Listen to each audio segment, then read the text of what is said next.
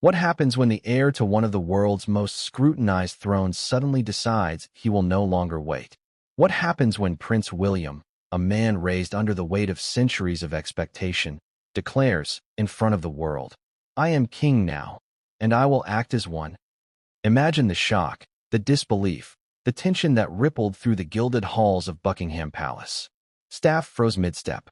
Security shifted uncomfortably. Queen Camilla's eyes widened, and even Charles, the reigning monarch, was caught in a moment that defied every rule of protocol, tradition, and expectation. Before we continue, please hit the like button, subscribe to the channel, and turn on the notification bell for updates. It was a statement so bold that it wasn't just news, it was a seismic event. Royal watchers, political pundits, and citizens alike wondered, what would happen next? Would Charles step aside, humiliated or defiant? Would the monarchy fracture publicly, or somehow survive this audacious declaration? And most importantly, why now? Why would William risk everything? His reputation, his relationship with his father, and the delicate balance of the monarchy, for a single, emphatic moment of power? Let's step back for a moment. William isn't just a prince. He is the future of the British monarchy, a man groomed from birth to carry the crown, to embody the continuity of a centuries-old institution. Every appearance he makes, every word he utters, is analyzed, dissected, and broadcast. He has lived under a microscope that blends public fascination with merciless scrutiny. And yet, behind the polished public persona, the confident speeches, and the carefully choreographed charity events, there has been a simmering frustration, a private struggle that few outsiders could fully understand. For years, those closest to the royal family have whispered about the growing tension between father and son. Charles, the long-standing heir, has faced mounting health concerns, public relations disasters, and criticism for his perceived inability to connect with the modern public. Yet, despite these mounting pressures, he has refused to step down. And as the years drag on, William has watched the monarchy falter in the court of public opinion, feeling an urgency that could no longer be ignored. The day William made his declaration, the atmosphere at the royal event was electric. Onlookers sensed something different, though they couldn't immediately articulate it. There was a tension in the air, a ripple of anticipation. When William finally spoke, his voice carried across the crowd with a clarity and force that left no room for doubt. The words themselves were simple, yet revolutionary. "I am king now, and I will act as one." In that instant, centuries of tradition collided with the raw immediacy of human emotion. Palace insiders later described the scene as surreal. Staff members who had spent decades maintaining the invisible machinery of the monarchy were left scrambling. Security protocols had never accounted for such a scenario. Advisors whispered urgently to one another, trying to interpret the ramifications. And Camilla, Queen Consort, who had long been positioned as a stabilizing force, found herself suddenly off balance. For a moment, the monarchy itself seemed to hang suspended, waiting to see which way the scales would tip. You might be wondering, why would William take such a drastic step publicly, rather than negotiating behind closed doors? Why would a man trained in diplomacy and discretion risk everything in a single, dramatic gesture? The answer lies in a combination of personal conviction, perceived necessity, and a desire to assert authority in a moment where inaction would have been interpreted as weakness. This wasn't simply a bid for power. It was a statement of responsibility, a declaration that the future of the monarchy could no longer be put on hold. The public reaction was immediate and intense. Social media erupted with shock, confusion, and debate. Headlines around the world screamed of a royal confrontation unseen in modern history. Analysts and historians scrambled to contextualize the moment, searching for precedent, drawing comparisons to abdications, coups, and succession crises throughout European history. Meanwhile, ordinary citizens were left with a single burning question: what does this mean for the monarchy, for the country, and for the man himself? Behind the headlines, however, there is another layer, the human story. The story of a son confronting a father, a man wrestling with duty, legacy, and personal desire. William's declaration wasn't merely political, it was emotional. Every word was infused with years of preparation, anticipation, and frustration. Every reaction it provoked: shock, awe, fear, admiration, reflected the magnitude of the decision. This was a moment that would be dissected for decades, not just for its historical significance, but for its emotional resonance. And yet, the drama doesn't end there. While the public saw a single, bold moment, behind the palace walls, a complex web of reactions unfolded. Advisors debated the legal implications. Allies speculated about strategy. Opponents whispered warnings of disaster.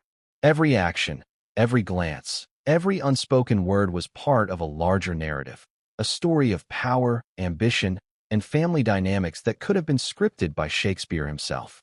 This is the story we're going to explore, the story of Prince William's unprecedented declaration, the tensions that led up to it, and the consequences that followed. We'll go behind the scenes of the palace, speak with those who have insight into the royal family's inner workings, and examine the broader implications for the monarchy and the world. We'll uncover secrets, contradictions, and surprising facts that few have reported. And through it all, we'll ask the questions that everyone wants to know. What drove William to act now? What does this mean for Charles? And what will happen next in this historic drama? By the end of this journey, you'll understand not just the headline moment, the declaration that shocked the world, but the intricate, human story behind it. You'll see a monarchy at a crossroads, a family in tension, and a man who dared to redefine his destiny publicly. And as we explore this story chapter by chapter, you'll realize that every reaction, every decision, and every revelation carries weight. Weight that could reshape the monarchy forever. So prepare yourself. The world you think you know, of polished appearances, careful protocol, and controlled media narratives, is about to be turned upside down. The royal stage is set, the players are in position, and the first move has already been made. But what came next would change everything, and no one saw it coming. Not every war is fought in public. Some battles are silent, simmering, and invisible. But when they finally erupt, the consequences are explosive. For Prince William and King Charles, the seeds of conflict had been planted decades ago, and the palace walls had quietly absorbed whispers of tension, resentment, and frustration that rarely reached the public eye. What happens when private grievances boil over into a dramatic public confrontation? That's exactly what we're about to uncover. From the outside, the royal family seems perfect. Polished appearances, elegant events, and a carefully maintained image of tradition and continuity. But inside Buckingham Palace, the story is far more complex. William has grown up under constant scrutiny, trained from an early age to understand the immense weight of the crown. Every decision his father made, every public appearance, every slip in judgment was something William watched, learned from, and sometimes silently questioned. Behind closed doors, conversations that seemed trivial to staff often carried enormous implications. For years, insiders reported that William had quietly expressed frustration over what he saw as a lack of decisive leadership from Charles. The king, though undoubtedly intelligent and capable, had faced repeated public relations challenges, controversies over his private affairs, criticism of his environmental and social initiatives, and a growing perception that he was out of touch with the modern public. Meanwhile, the global spotlight was shifting. Citizens and media alike were looking toward William, expecting him to represent a new era for the monarchy. He was being measured not just as a son or heir, but as the future embodiment of the crown. William's frustration was compounded by the slow, deliberate pace of royal protocol. Decisions that might have been simple in another context became complex, weighed down by centuries of tradition. Every move required consultation, consideration, and often compromise. And yet, as public pressure mounted and Charles refused to step aside despite growing health concerns and PR missteps, William began to feel the clock ticking. Time, it seemed, was no longer on his side. The tension between father and son wasn't just about power. It was about principle, responsibility, and legacy. William saw the monarchy as an institution that needed to evolve, adapt, and maintain relevance in a rapidly changing world. Charles, on the other hand, represented continuity and a cautious approach, preferring gradual change over dramatic gestures. That philosophical difference, once subtle, had hardened over the years into a palpable rift.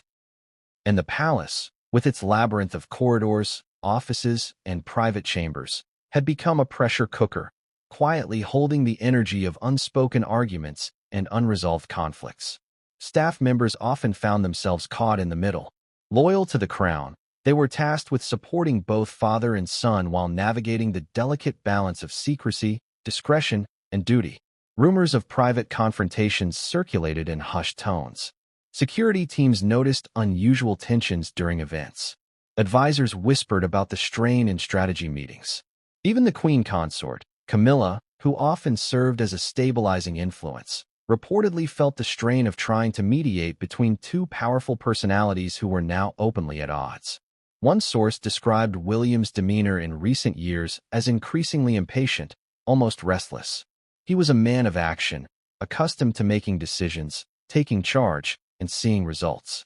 Waiting, deferring, and respecting the slow mechanisms of royal tradition began to feel suffocating. And the frustration was not just personal, it was political. Every hesitation, every delay, was being interpreted by the public as weakness or indecision, and William felt the weight of both history and expectation pressing down on him. Meanwhile, Charles was no passive figure. The king, aware of his son's rising influence, was equally determined to maintain authority, to assert his right to the throne, and to guide the monarchy according to his vision. Though he was often criticized in the media, Charles possessed decades of experience navigating political pressures, media scrutiny, and family dynamics. He understood the stakes of public perception better than most. Yet, his refusal to abdicate despite declining health and ongoing controversies was creating a fault line in the palace, a line that would soon become impossible to ignore. Even small interactions between father and son began to carry disproportionate significance. A brief exchange at a ceremonial event could signal approval or disapproval. A private conversation could leave lingering tension for days. Advisors learned to read the subtle cues, the tone of voice, the timing of a glance, the way a hand was placed on a railing. Every gesture, every inflection, was a data point in an invisible war. And yet, despite all this, William continued to outwardly project composure and confidence, masking the storm that brewed beneath the surface. What makes this situation even more extraordinary is that, despite the tension, William did not act impulsively. This was not a sudden outburst or reckless rebellion.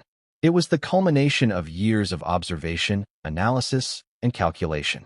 He had watched the public's expectations, considered the risks, and weighed the potential consequences. The palace staff knew something was coming, but none of them could predict the scale or timing of what would soon unfold. Historians note that this kind of tension is not unprecedented. Throughout history, heirs have often found themselves at odds with reigning monarchs, navigating the precarious line between respect and ambition. Yet what makes William's case unique is the modern context. In an age of instant media, global social networks, and relentless scrutiny, any misstep or dramatic declaration is amplified exponentially. The stakes were higher than ever, and when the time finally came for William to act, the results were spectacular and unprecedented. So, what finally triggered the breaking point? What was the catalyst that pushed William from frustration to decisive action? Some insiders suggest it was a particularly tense discussion about public engagements, charity responsibilities, or succession planning. Others point to media coverage that highlighted Charles's declining popularity, framing William as the more competent heir in the public eye. Whatever the precise trigger, the effect was clear. William had reached the point where inaction was no longer an option, and that is when the moment arrived. A routine royal event, carefully choreographed and meticulously planned, became the stage for an unprecedented public declaration. William, aware of every eye upon him, took the microphone, met the gaze of thousands of attendees, and delivered words that would reverberate around the globe. "I am king now, and I will act as one." Palace insiders later described the reaction as a mixture of shock, disbelief, and awe. Security teams hesitated. Advisors whispered frantically. Even Camilla, long accustomed to the unpredictable nature of royal life, found herself momentarily speechless. It was, by all accounts, a moment of pure disruption in an institution designed to maintain control and composure at all costs.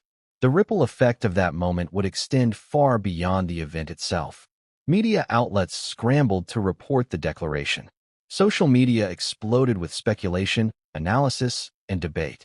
Supporters and critics voiced their opinions in equal measure, turning a single statement into a worldwide discussion about monarchy, power, and generational change. And within the palace, the tension that had simmered for years suddenly became undeniable. The heir had acted, and the reigning monarch had been confronted publicly. But what came next would change everything, and no one saw it coming. A single sentence can change the course of history. For Prince William, that sentence was, "I am king now, and I will act as one." But how did it come to be spoken? And why did it shock not only the public, but the very walls of Buckingham Palace? To understand the magnitude of that day, we need to go back to the moments leading up to it, the calculated steps William took, and the atmosphere that set the stage for an event no one could have predicted. The morning of the event began like any other royal engagement. Advisors checked schedules, security teams reviewed protocols, and the palace staff rehearsed every detail. Everything seemed routine, but behind the polished exterior, a storm was brewing. William had been awake for hours, reviewing briefings, reflecting on decades of preparation, and mentally rehearsing the words he would soon deliver. To the outside observer, he appeared calm, composed, and unassuming. But inside, the tension was almost palpable. This was a man standing on the edge of history, aware that his next move could define his legacy and alter the monarchy forever. The event itself was carefully chosen. It was public enough to ensure visibility, but controlled enough to maintain order.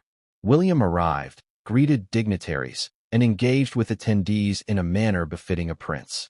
Every smile, handshake, and nod was scrutinized, catalogued, and analyzed. Observers might have thought it was business as usual, a routine performance of royal duties. But those closest to William understood that nothing about this day was ordinary. Every step, every gesture, every glance was deliberate, purposeful, and leading toward a moment of unprecedented significance.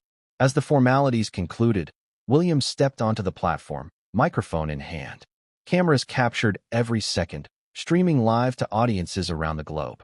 For a moment, time seemed to stretch. The crowd leaned forward. Staff held their breath.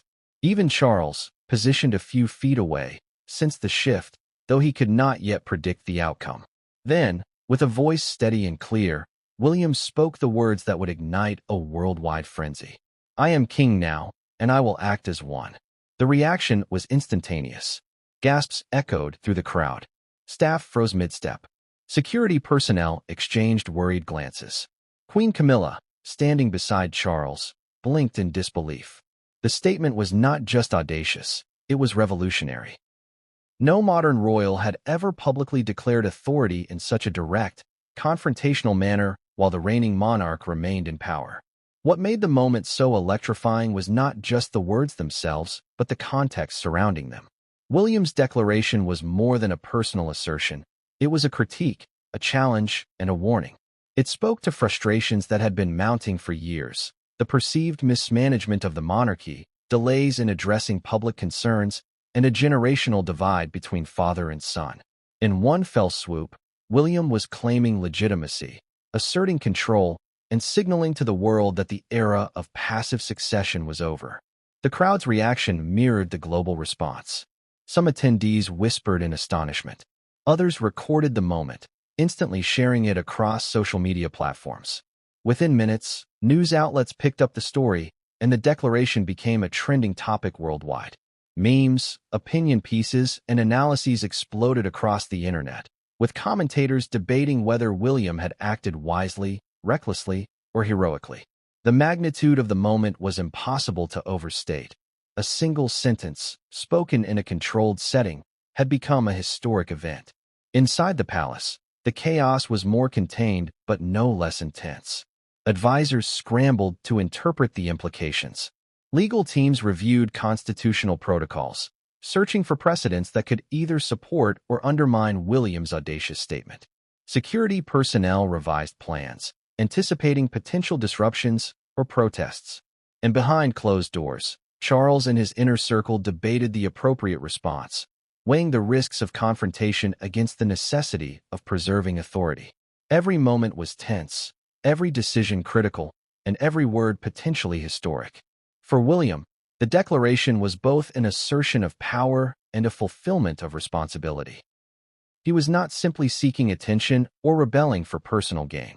He was stepping into the role he believed he was destined to occupy, responding to what he saw as an urgent need for decisive leadership. His actions reflected years of preparation, observation, and reflection. A man who had grown up watching the monarchy evolve, understanding its strengths and weaknesses, and now taking control at a pivotal moment.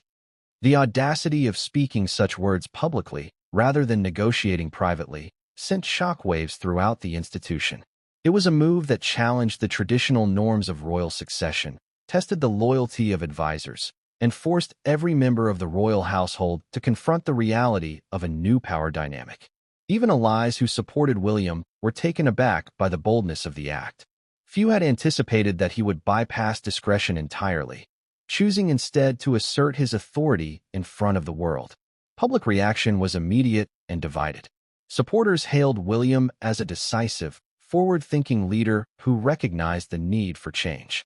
Critics accused him of disrespect, insubordination, and jeopardizing the stability of the monarchy. Social media debates raged, fueled by clips of the declaration, commentary from experts, and analysis of historical precedent. The story dominated headlines across continents, creating a global conversation about leadership, tradition, and the evolving role of the monarchy in the 21st century. And yet, amid the public frenzy, the palace continued to grapple with the internal fallout. Charles, caught off guard, was forced to reassess his strategy. Advisors urged calm, cautioning against any impulsive moves that could escalate the conflict. Camilla, seeking to maintain unity, attempted to mediate between father and son, though the emotional intensity of the moment made diplomacy difficult. Staff, once confident in their understanding of palace routines, now faced unprecedented uncertainty, unsure how to proceed in the wake of such a bold declaration. The significance of William's statement extended far beyond the immediate reactions. It set a precedent for modern monarchy, challenging centuries-old traditions and expectations. It raised profound questions about authority, succession, and public perception. It forced both the royal family and the public to confront the tension between duty and personal conviction, between historical precedent and the demands of a contemporary audience. In essence, William's declaration was more than a statement. It was a turning point. It was a moment when personal frustration, public expectation, and historical responsibility converged, producing a shockwave that would be felt for years. The ramifications were immediate, profound, and unpredictable. And as the world absorbed the audacity of the moment, the palace faced a stark reality. The heir had acted, and the reigning monarch could no longer ignore the challenge. But while the declaration had made headlines and captured global attention, the real story, the private reactions, the unspoken tensions, and the strategies unfolding behind closed doors, was only just beginning. What happened in the hours and days following that bold statement would reveal not just the character of William, but the resilience, adaptability, and vulnerabilities of the monarchy itself. And the next move, by Charles and those closest to him, would shock even the most seasoned royal observers. The moment had passed, but the reverberations were far from over. William's declaration, bold, public, and unprecedented, had thrown the palace into disarray.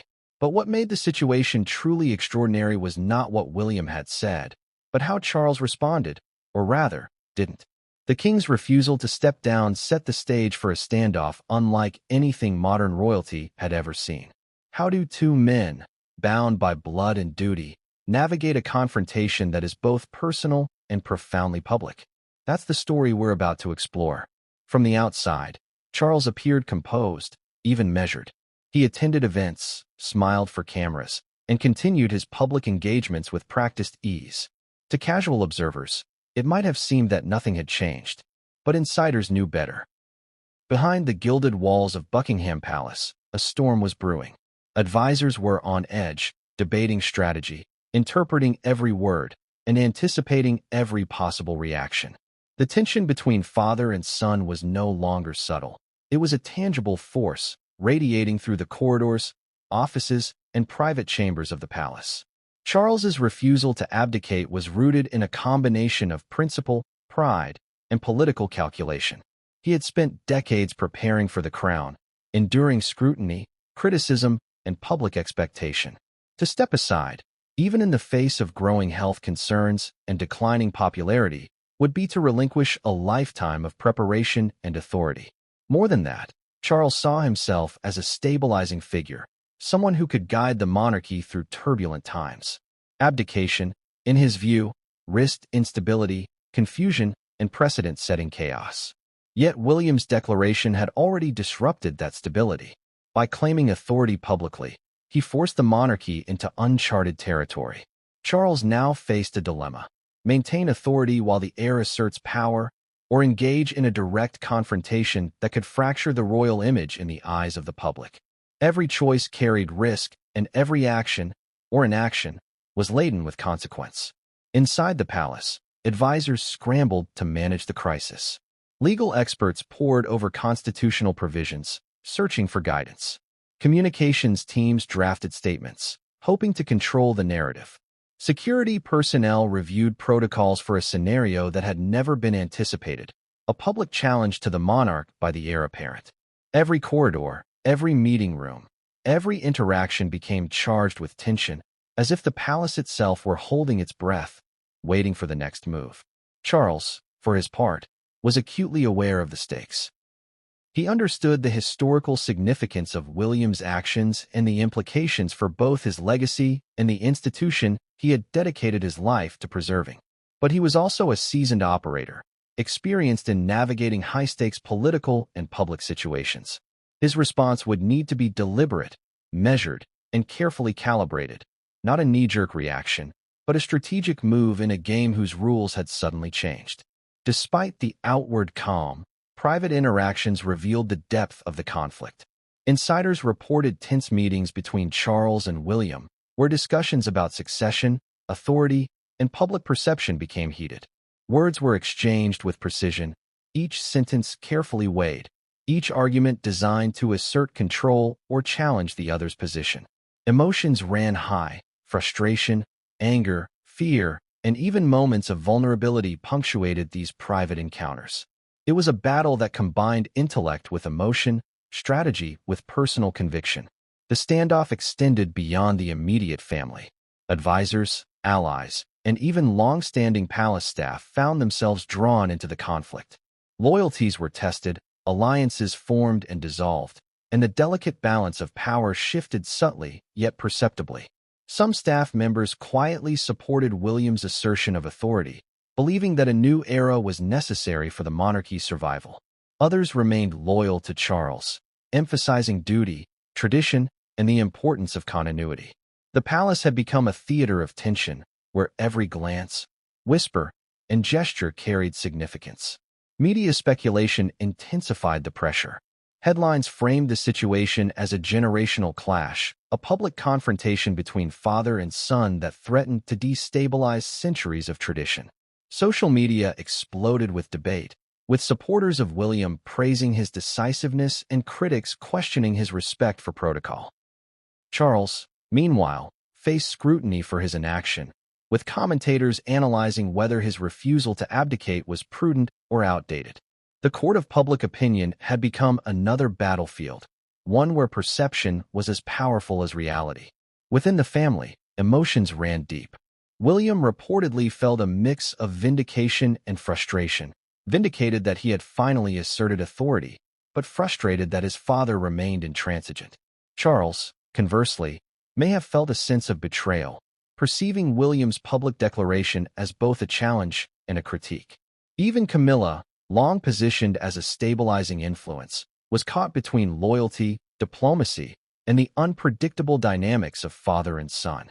The emotional stakes were immense, rivaling the political ones, and every private interaction carried the weight of history.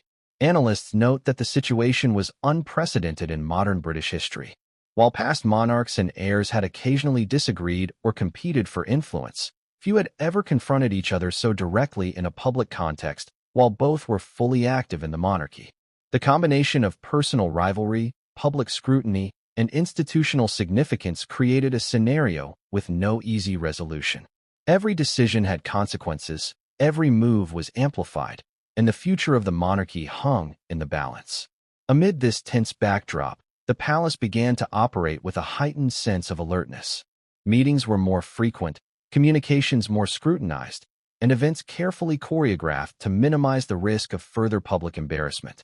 Advisors attempted to mediate, hoping to find a path that would preserve unity while acknowledging William's growing influence.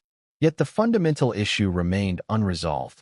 The heir had declared authority, and the reigning monarch had refused to yield. The standoff also exposed the human dimension of power. This was not merely a strategic contest. It was a clash of personalities, values, and emotions. William's decisiveness contrasted with Charles's measured approach.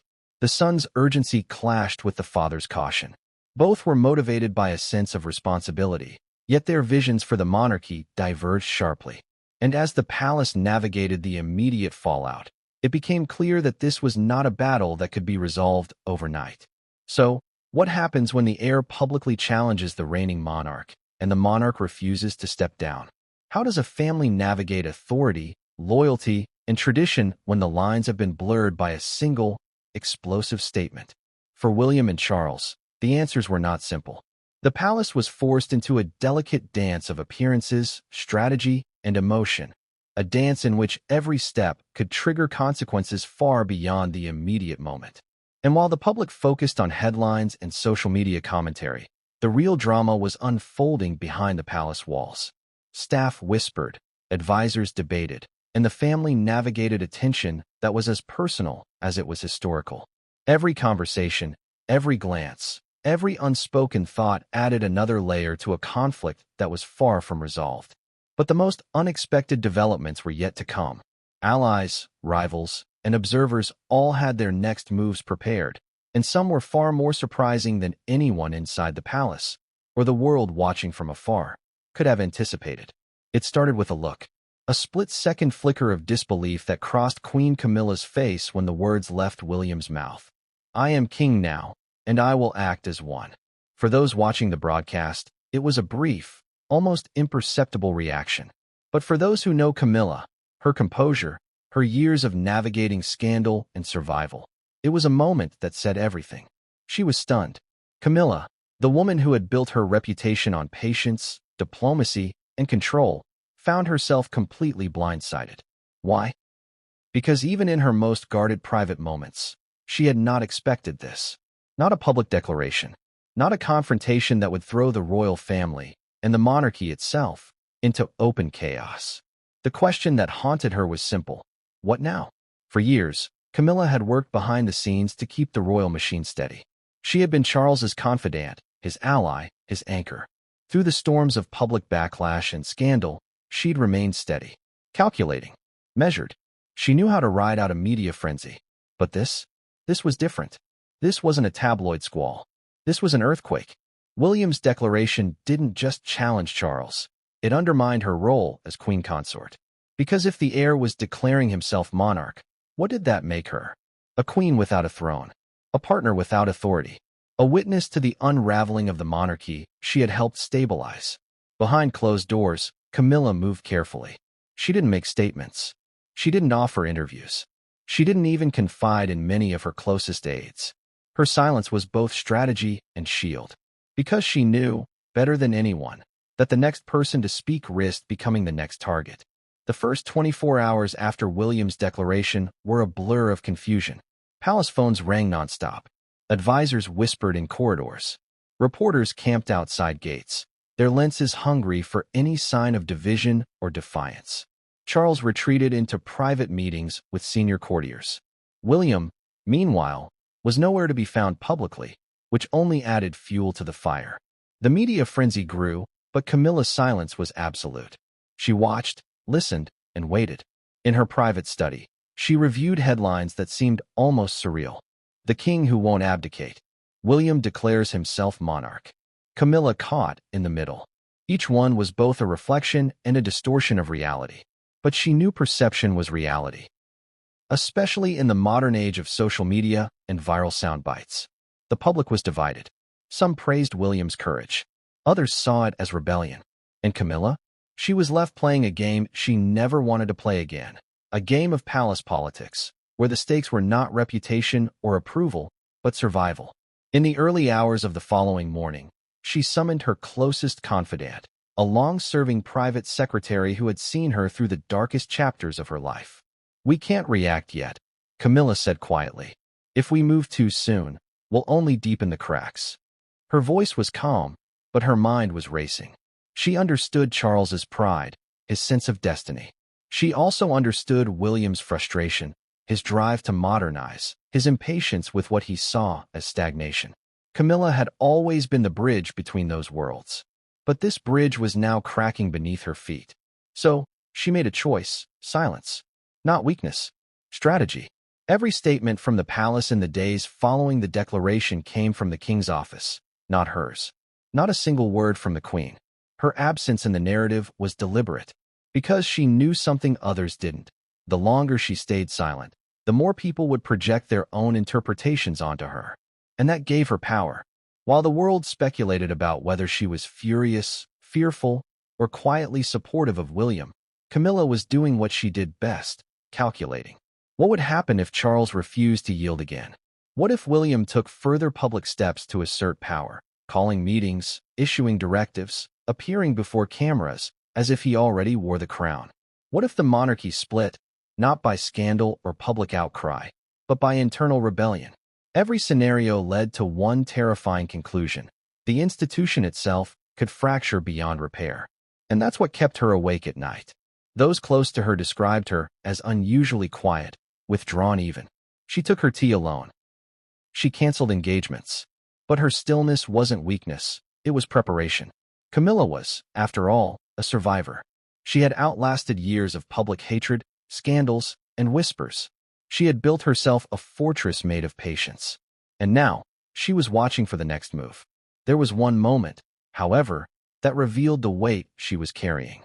Late one evening, after another round of crisis meetings had ended, she walked past Charles's study door.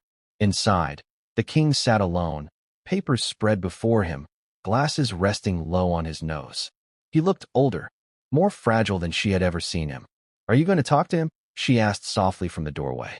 Charles didn't look up. "He's made it clear he doesn't need to hear from me." Camilla hesitated. "You can't just wait this out. The public's already taking sides." "I won't be forced off the throne," he said, his tone flat, final. "Not by him. Not by anyone." She didn't press further. She knew that tone. Once Charles had drawn a line, persuasion was futile. And yet, she also knew the cost of pride. That night, alone in her chambers, Camilla replayed the words over and over. "I am king now, and I will act as one." It wasn't just defiance. It was a declaration of intent. William wasn't bluffing, which meant this wasn't going to fade quietly. Days later, as Charles prepared for a state appearance, palace staff noticed a shift in Camilla. The silence remained, but there was something new in her demeanor. A certain calm that wasn't resignation, but readiness. When one aide asked if she planned to stand by Charles during the upcoming event, she reportedly replied, "I always stand by the king, but sometimes standing by means standing apart." It was a cryptic remark, but those who heard it sensed its meaning. Camilla wasn't retreating. She was repositioning. In public, she appeared graceful, collected, almost detached. But behind the scenes, she began reaching out, quietly, discreetly, to key figures in the royal network, trusted courtiers, PR strategists, long-serving friends within the aristocracy. She wanted information. She wanted temperature checks. Who supported Charles? Who leaned toward William? And most importantly, what was the public really saying behind the headlines? Camilla knew something Charles often underestimated. The monarchy's survival wasn't built solely on lineage or law. It depended on public consent. Lose that, and crowns turned to ornaments. Within a week, whispers reached her that William was preparing another move, a step that would transform his declaration from mere rhetoric into action. It would no longer be a statement of intent. It would be a demonstration of power. Camilla understood immediately what that meant. And for the first time since that fateful declaration, she felt a flicker of fear, not just for Charles, but for the monarchy itself. Because if William followed through, the fragile illusion of unity would shatter completely. And this time, no amount of silence could hold it together. But as Camilla stared out the palace window that night, watching the rain streak down the glass, A single thought crystallized in her mind. If the men of this family can't keep the crown steady, perhaps the women will have to. What she didn't know, what no one inside the palace could yet see, was that William's next move would strike at the very heart of the monarchy's control, and Camilla's carefully crafted silence was about to become the most dangerous weapon in the royal game. It began like a whisper, a hushed conversation between two palace aides in a quiet hallway. A leaked message, a photo that should never have been taken. Within hours, that whisper grew into a roar. By sunrise, Buckingham Palace was in full-blown crisis mode. The leak had come from inside. But the question wasn't just what was leaked, it was who wanted it out. Because what hit the press that morning wasn't speculation or rumor. It was a document. A real, verifiable internal memo circulating between senior palace staff and the Privy Council. The contents? A discussion of interim administrative authority under the name of Prince William acting with delegated powers. Translation: someone inside the palace was acknowledging that William had begun assuming the responsibilities of a reigning monarch. The headlines hit like lightning. Power shift at Buckingham. William taking over as Charles clings to crown. A royal coup in plain sight. And suddenly, everything exploded. Phones rang nonstop. Advisors ran between offices, clutching folders like lifelines. Guards at the palace gates received strict new protocols. Inside the Royal Communications Wing, chaos reigned. "Who leaked this?" a senior official shouted. But the more they searched, the clearer it became. The leak wasn't a single act of betrayal. It was a symptom of something deeper: division. Some palace insiders wanted the truth out. Others wanted control back. This wasn't just a family conflict anymore. It was institutional war. And Charles? He was furious. For years, he'd weathered scandals with a kind of weary dignity, gritting his teeth, waiting for the storm to pass. But this was different. This was internal, personal, a humiliation from within his own walls. He slammed a briefing folder shut, turned to his aides, and said, "Someone inside this palace wants to crown him before I'm cold in the ground." There was silence, the kind of silence that comes when everyone knows the accusation might be true. Because the whispers were everywhere now. Senior courtiers were splitting into factions. Some quietly believed the time had come for William to take charge. Others insisted Charles must remain, at least until the transition could be managed properly. But there was no managing this anymore. The monarchy was cracking from the inside. Even the press offices couldn't keep up. Every hour brought new leaks, meeting minutes, private correspondence, details of heated exchanges between father and son. Each new headline deepened the sense of chaos. The king refuses to abdicate despite internal revolt. William secretly takes charge of key royal duties. Camilla silent amid monarchy meltdown. Every story was a dagger to Charles's image. Inside Clarence's house, his inner circle debated next steps. "We can't let this narrative continue," one aide urged. "We have to show strength." But how? Charles's health was under scrutiny. His popularity had dipped. And now, his authority was being undermined not by the press, but by his own son. So he did what kings in crisis have always done. He called a meeting. Late that night, under strict confidentiality, Charles gathered his most trusted advisors. The mood was grim, the air heavy. "This ends now," he said, "before it consumes the monarchy entirely." But just as Charles was attempting to regain control, something else was happening behind the scenes, something that made the palace panic even more. William was moving quietly, strategically, meeting with key figures in government and military circles. Not publicly, but privately, diplomatically. He was preparing to act like a king. And those meetings? They weren't leaks, they were signals. Because even though William had no formal authority, his presence in those rooms sent a clear message. The future had arrived, whether Charles liked it or not. At the same time, a quiet but powerful force was shaping the story: Camilla's silence. Her refusal to comment had left the media desperate for clues. Every appearance she made was dissected, every glance analyzed. Was she standing by Charles? Was she sympathizing with William? Her silence became its own kind of headline. Behind the scenes, palace communications teams were tearing each other apart. Should they release a joint statement? Deny everything? Or pretend unity where there was none? Every option carried risk. A joint statement would be a lie. A denial would sound weak. Silence would look like surrender. In the end, Charles chose silence. But that silence allowed the narrative to spiral out of control. The press began talking about a divided crown. Analysts openly questioned whether the monarchy had entered a constitutional crisis. Public sentiment began shifting, not away from the monarchy itself, but toward William. He was younger, sharper, more modern. The people saw him as the answer to everything Charles wasn't. And that terrified the palace. Because once the people start choosing their king, tradition becomes irrelevant. By the end of the week, panic had turned to paranoia. Staff were questioned. Devices were checked. One senior advisor was quietly dismissed after being accused of communicating with the media. But the leaks continued anyway. And each leak seemed designed to do one thing: erode Charles's legitimacy and amplify William's. Late one night, just after midnight, a phone rang in the king's private quarters. It was the Prime Minister. "Your Majesty, I think we need to discuss the matter of continuity," he said carefully. Charles paused. "Continuity?" "Yes, sir. The stability of the crown in light of recent developments." The message was clear. Even the government was losing confidence. When he hung up, Charles sat in silence. The palace clock ticked faintly in the background. Somewhere in the distance, the rain began to fall. He turned to his aide. "They think I'm finished." And for the first time, he didn't sound angry. He sounded tired. Meanwhile, on the other side of the palace, William was wide awake. His phone buzzed constantly. Supporters, media contacts, old friends from his military days. The momentum was his. Every leak, every rumor, every whisper only made him look stronger. But William wasn't celebrating. Not yet. Because he knew power gained in chaos could just as easily crumble in chaos. Still, he couldn't deny what was happening. The tide had turned. One insider later described it this way: "It wasn't just a leak. It was a signal flare. The old order was burning, and William was already standing in the smoke." But as dawn broke over London, a new message reached both Charles and William, one that neither had expected. It wasn't from a minister, not from a courtier, not from the media. It came from someone within their own bloodline. Someone ready to make her own move. And when that message surfaced, it didn't just deepen the crisis, it detonated it.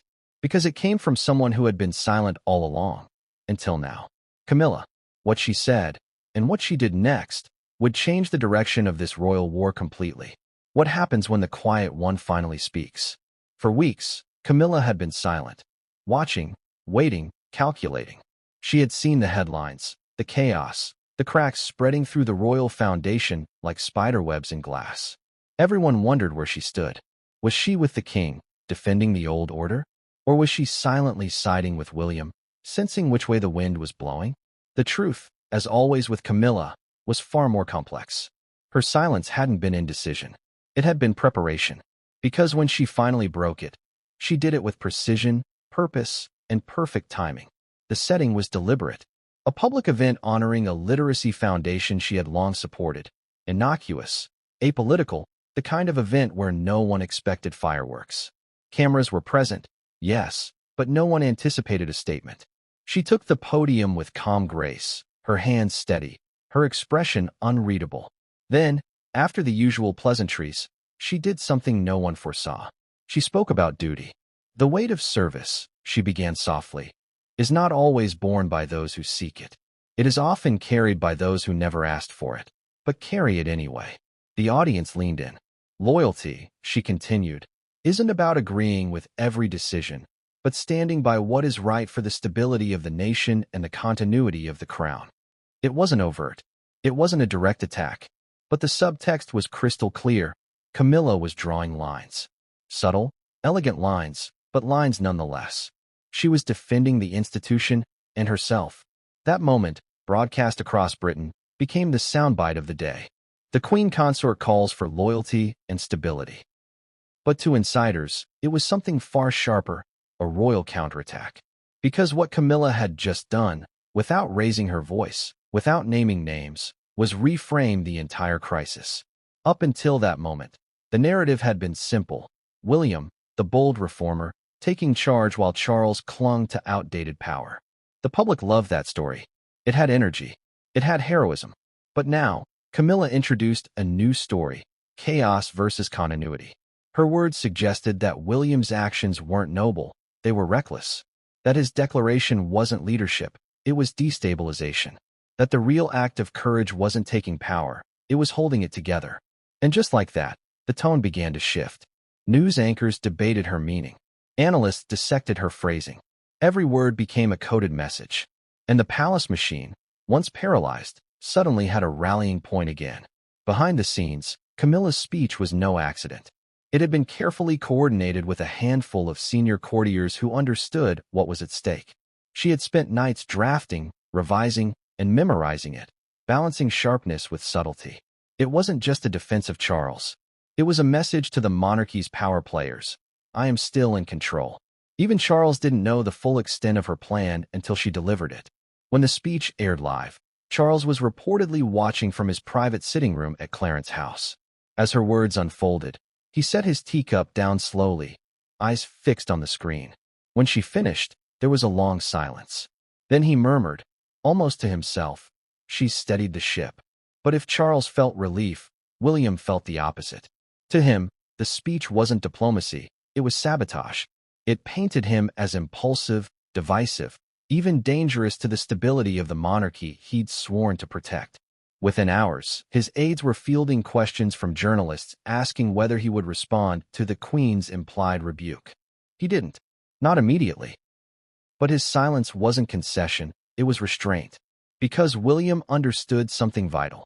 Every reaction gives your opponent power. And Camilla had just made her first move. The chessboard was active now. Within 48 hours, the aftershocks were visible everywhere. Opinion polls shifted slightly back toward Charles. Senior officials began reasserting loyalty to the reigning monarch. Newspapers once sympathetic to William's modernization now warned of royal instability and succession disorder. Camilla had done what no one else could. She'd reframed the story from father versus son to monarchy versus collapse. And that was her genius. While the men fought for power, she fought for control of the narrative. Because in modern monarchy, narrative is everything. But her strategy didn't stop there. After her public statement, Camilla quietly reached out to key figures in the British media, journalists, editors, and broadcasters she had cultivated relationships with over decades. She didn't issue direct instructions. She didn't need to. A few choice phrases, a few reminders about responsibility, and the tone of coverage began to shift even more. Suddenly, William's declaration wasn't the act of a visionary prince. It was a dangerous break from protocol. Charles's steadfastness wasn't stubbornness. It was a demonstration of royal resolve. And Camilla? She was portrayed as the calm in the storm. Exactly as she intended. Even within the palace, her influence began to show. Courtiers who had been leaning toward William now hesitated. Staff who had whispered doubts about Charles started repeating her talking points. The monarchy needs stability. This is not the time for rash transitions. She had turned her silence into strategy and her words into weaponry. But of course, the story didn't end there. Because power is never one-sided for long. William, who had been watching all of this unfold, understood that Camilla's move was brilliant, but also brittle. It relied on illusion, on perception, on the idea that Charles still commanded respect and unity. If that illusion cracked again, everything she'd built would collapse. So William began planning his countermove. He wouldn't attack her directly. Doing so would make him look disrespectful, even cruel. Instead, he would do what he'd always done best, win hearts. If Camilla was playing chess with words, William would play chess with emotion. And so, as the palace congratulated itself for regaining control, William quietly prepared an appearance of his own, one that would reclaim the narrative, the sympathy, and perhaps the throne. But Camilla wasn't finished yet either, because her speech had one more layer, one she hadn't shared with anyone, not even Charles. In the days following her statement, she authorized a series of private briefings to senior civil servants, subtle hints that Charles's health was improving, that the king remained fully capable, that any talk of abdication was unfounded and unhelpful. Those briefings weren't meant to reassure. They were meant to bind, to make it politically impossible for anyone, prime minister, parliament, or privy council, to even suggest transition. It was a masterclass in quiet dominance. And yet, even as she executed her plan flawlessly, Camilla knew something she couldn't say aloud. Her victory had a time limit. Because William wasn't retreating. He was regrouping. And the next time he spoke, it wouldn't be from a podium or a press statement. It would be something far bolder, something that no amount of strategy could silence. But before that came to pass, Camilla would discover that her calculated composure came with a price. Because someone close to her, someone she trusted, was already leaking her private strategy to the other side. And that betrayal would unravel the palace faster than any speech ever could. What if the person guarding your secrets was the one selling them? Camilla had always understood that power in the palace didn't just come from titles or bloodlines. It came from information. Knowing what others didn't. Controlling who knew what. Managing perception before anyone could weaponize it. For decades, she'd mastered that game. She knew how to listen without reacting, how to speak without revealing, and how to make people believe they were closer to her than they really were. But this time, her circle had a leak. And whoever it was, they weren't just whispering gossip. They were orchestrating a silent coup. It started with small things. A quote misattributed in a tabloid. A confidential note, leaked verbatim to a reporter at the Times. Then, a photo, Camilla leaving a private meeting with the Lord Chamberlain, appearing mysteriously on social media just hours later. To the public, it looked like coincidence. To Camilla, it was treason. At first, she suspected a low-level aide, perhaps a secretary too eager to impress a journalist friend. She quietly ordered her private office to conduct an internal review of communications, but it turned up nothing. No messages, no financial transactions, no signs of contact with the press. But then came the bombshell. An article appeared in the Daily Mail under the headline, Queen Camilla secretly plots to block Prince William's accession.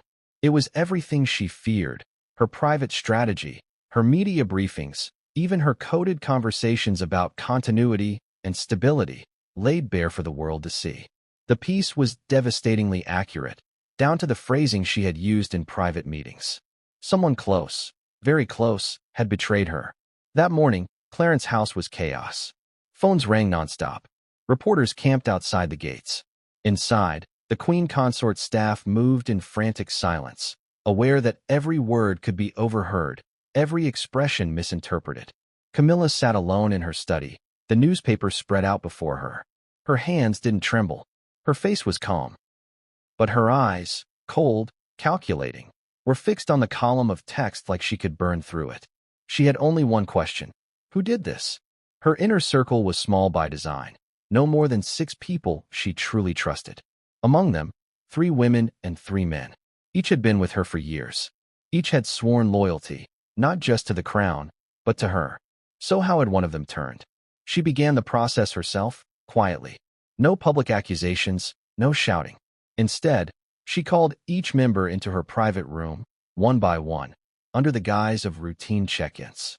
She asked calm questions. She watched their eyes. She studied their pauses. One denied too quickly. Another was too composed. But one, her most loyal advisor, a woman named Sarah Pennington, hesitated. Just a flicker. A second too long. Camilla noticed. Sarah had been with her since before the coronation. Discreet, intelligent, fiercely protective. She'd often been described as Camilla's shadow. But lately, she had been different. Distracted. Nervous. That hesitation was enough. Camilla didn't confront her outright. Not yet. Instead, she set a trap. She arranged for a private briefing the next morning, claiming she intended to discuss how to repair her public image. Only Sarah was informed of one crucial detail. That Camilla was considering a televised address to restore trust. It was bait. And less than 24 hours later, the Telegraph reported exactly that. Camilla didn't smile when she saw it. She didn't need to. She had her answer. Sarah Pennington, the woman she had once described as the most discreet person in Britain, was the leak. But why? That question cut deeper than betrayal itself. Camilla had given Sarah everything: status, access, even quiet influence behind palace walls. What could possibly drive her to risk it all? When the confrontation finally came, it wasn't in a dramatic outburst. It was quiet, almost eerie. Late at night, Camilla summoned Sarah to her private quarters. The room was dimly lit, only the faint crackle of the fireplace filling the silence.